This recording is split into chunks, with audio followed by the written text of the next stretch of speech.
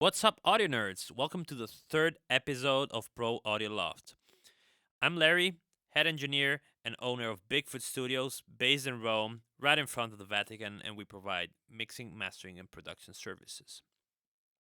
Today is a really interesting episode because we are actually diving into an A/B comparison again, following the previous second episode where we did compression and analyzed two types of compressors. In this episode, we're going to take on a comparison between a hardware machine and a plugin.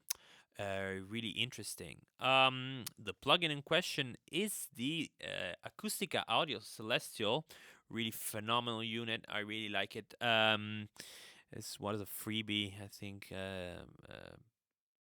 until last month, probably. I don't know. Having said that, this is a two bus processor, and we're going to compare this one with the actual unit, which this plugin emulates, which is the SSL Fusion. I'm a proud owner of the SSL Fusion. I really love this unit. I use it on almost all of my mixes. It's one of my go-to tools every time I have to mix and print my mix. I never print my mix without passing through this unit. It is really versatile, and I really like the two-dimensionality of it. Now, I must say the hardware unit is similar but not the same with the plugin in terms of parameters. Okay, so the two units are different in terms. Also, of, for example, if we have a look at the infrared equalizer section, the low end shelving frequencies are or 20, 40, 60, and 80 hertz, while the high shelving frequencies are 6K, 10K, 16K, and 18K. While on the hardware, we have 30, 50, 70, and 90 hertz for the low end shelf, and 8K, 12K, 16K, and 20K for the higher shelves. Okay. After that, also I conducted some really surgical A-being with frequency, with some sine waves and a pink noise, and the linearity of the vintage drive, which is the teal staging here. Is not quite the same in terms of what it does. It's quite similar. It sounds quite there, but there are some substantial differences in terms of linearity. Now, it's not. I'm not saying that one is better than the other, because it's up to you to judge. I have my opinion, but I will reveal it at the very end of the video. I must say that the Celestial is a phenomenal unit, so if you can grab a hold of it, please do. Please support the guys at Acustica. They're really good guys. They're doing an amazing job in emulating hardware machines, and it's a really difficult job, guys. So that's that's what I'm telling you. Now, let's dive in and listen to the raw mix and before the processing, okay? Let's have a listen.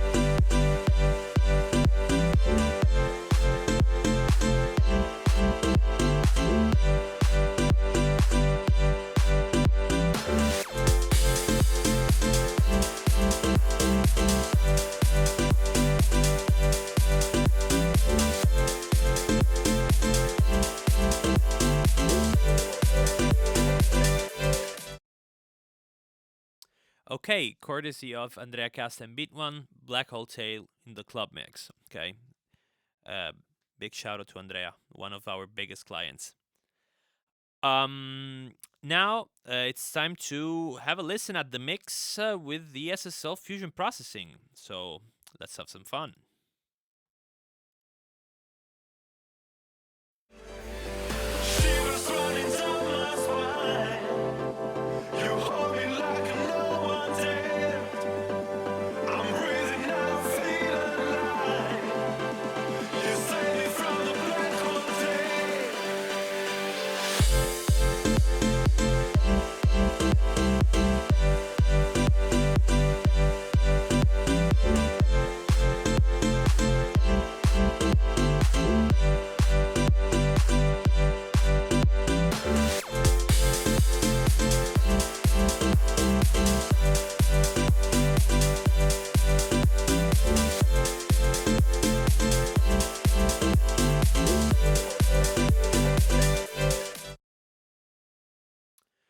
Okay, now I will show you a picture of the settings that I used, and I added some vintage drive with the low density, so it's I think it's less linear in that sense. Um, while I added a couple of dBs on the 50 hertz frequency on the shelving, and added a high shelving boost 20K for a couple of dBs, so to make things a little bit thicker in the low end and wider in the top end. After that, I applied a little bit of high frequency compression, just a tiny bit, just to get rid of those hats that were needed a little bit to be tamed by the compression. After that, I went through the stereo imaging unit and added a little bit of width. Just, I think it's 1 out of the whole scale, okay? And that's it. Then I level matched it with the output trim because the vintage drive tends to add increased amount of volume and gain. And now let's have a listen to the Celestial, which processes the signal approximately on the same parameters. I had to figure out how to match them as close as possible so that it would be actually a fair comparison between the two. Okay, so because this unit has a tendency to sound a bit louder in terms of RMS when the teal staging is engaged, and tend to sound a little bit brighter on the top end, and most importantly, when pushing shelves around 18K, it's different than pushing them around 20 because, of course, things get a little bit brighter in that sense. So I had to lower a little bit and try to match it as close as possible.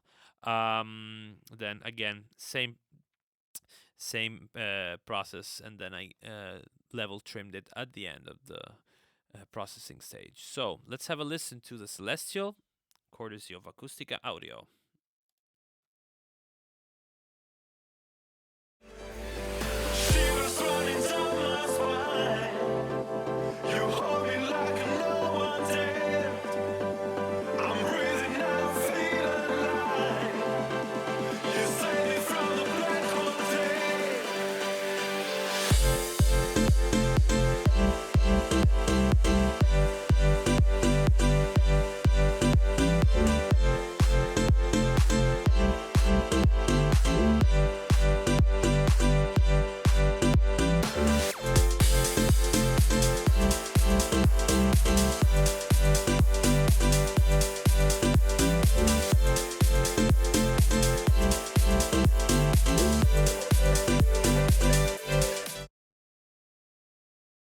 Great.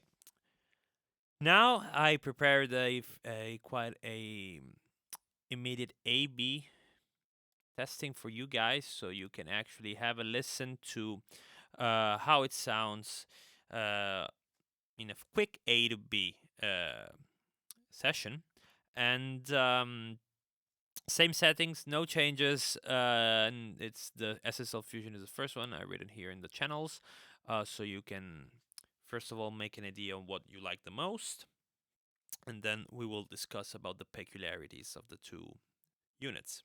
Let's have a listen.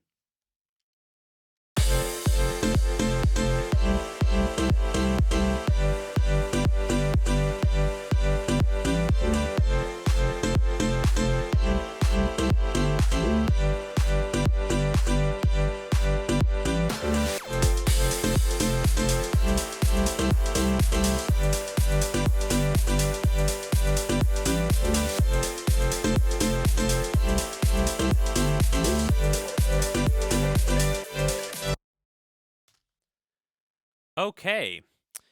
Well, two things that I noticed right away is that the three-dimensionality of hardware units is a real thing. Okay, and it's really difficult to emulate the actual signal going through an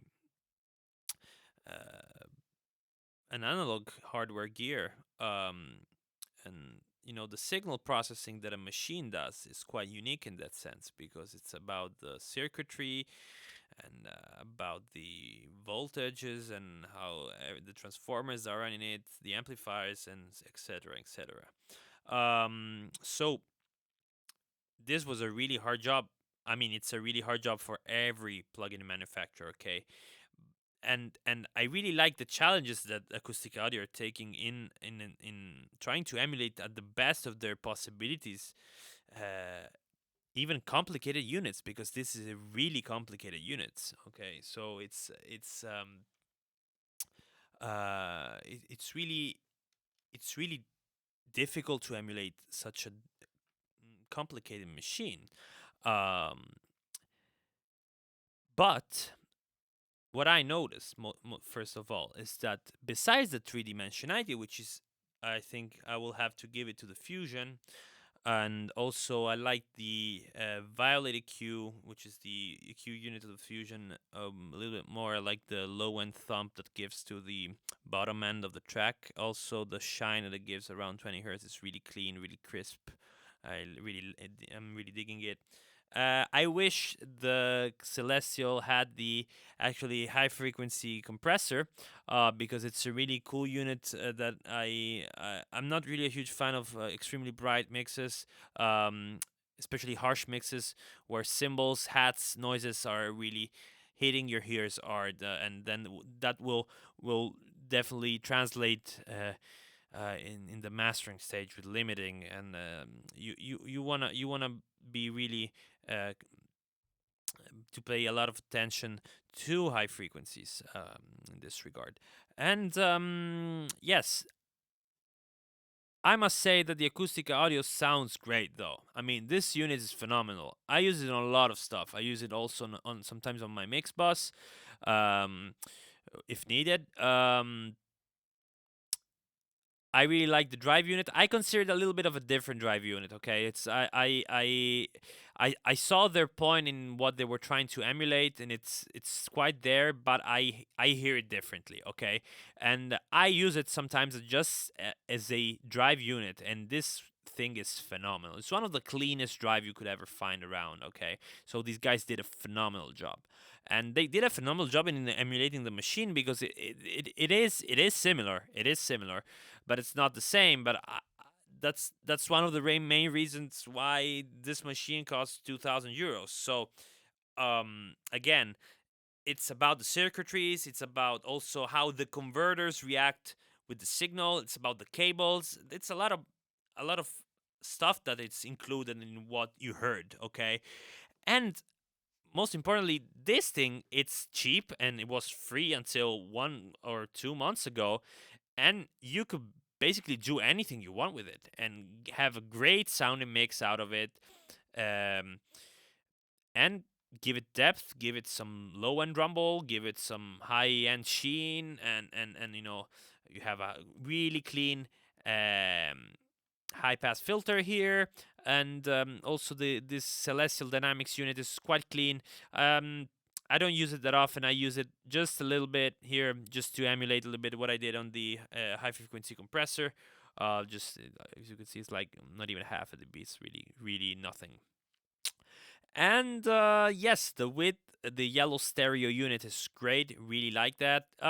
Something that this unit is lacking is the space unit, which I didn't apply in this tutorial, but it's really cool because it enables you. It's a trick that it's used to widen up your track, not only in the high frequencies, but also in the lower ones. It widens up your low mids, and it's you gotta be careful with it, because again, phase problems are always around the corner. I sometimes, when I think that a mix is too centered, I like to add some space to it.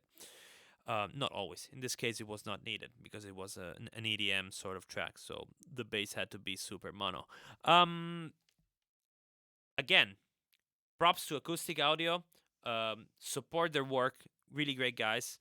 If you can, test your plugins, test the hardware units, get love these tools.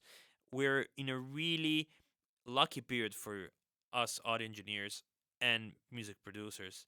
We have so many tools, both on digital and hardware, that you know everybody can get their own favorite sound and experiment.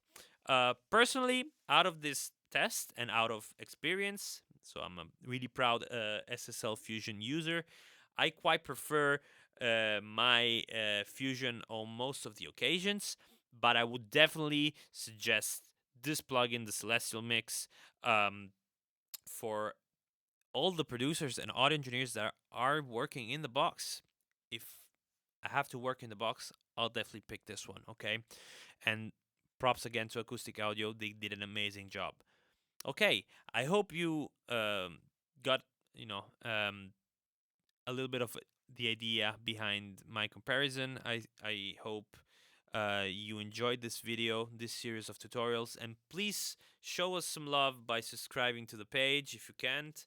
If you can, sorry, and if you want to comment and if you want to give me your opinion, message it or comment it down below in the comments below, and tell me what you think.